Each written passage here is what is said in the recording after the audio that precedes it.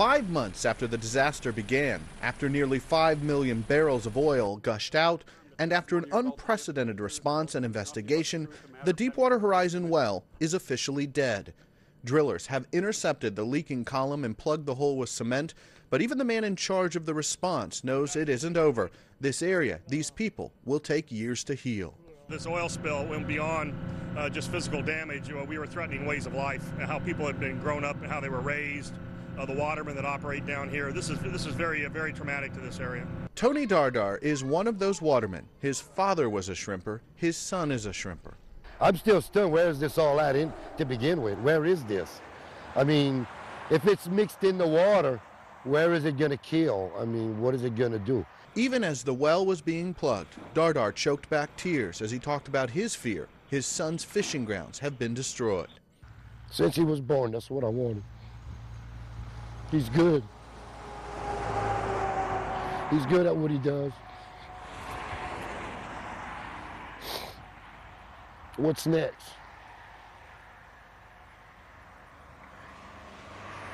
Even if the shrimp do come back, the question is, will people buy them? Since the disaster, shrimp prices have plummeted. Dardar used to get as much as $5 a pound for his largest shrimp. Now he's getting $2 a pound.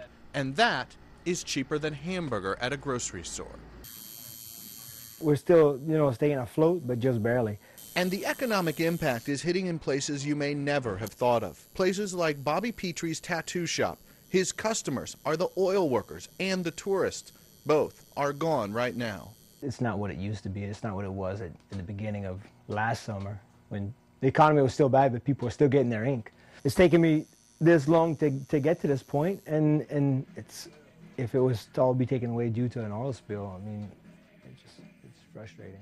I'm very angry about it. With less than half of the customers he used to have, Petrie has more free time than ever. First guy I put out was this guy. And he's channeled his anger into art he displays outside of his shop.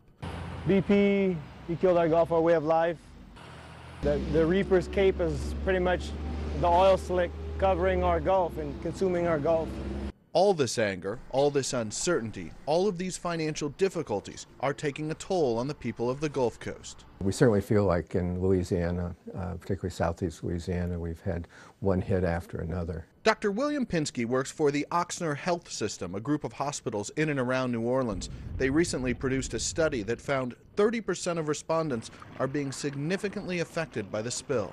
I don't think we realized it was going to be that big. Certainly we expected some sort of effect, but that's Katrina levels or more than Katrina levels. And now there's a new wound that may not heal for years. Rich Matthews, The Associated Press, New Orleans.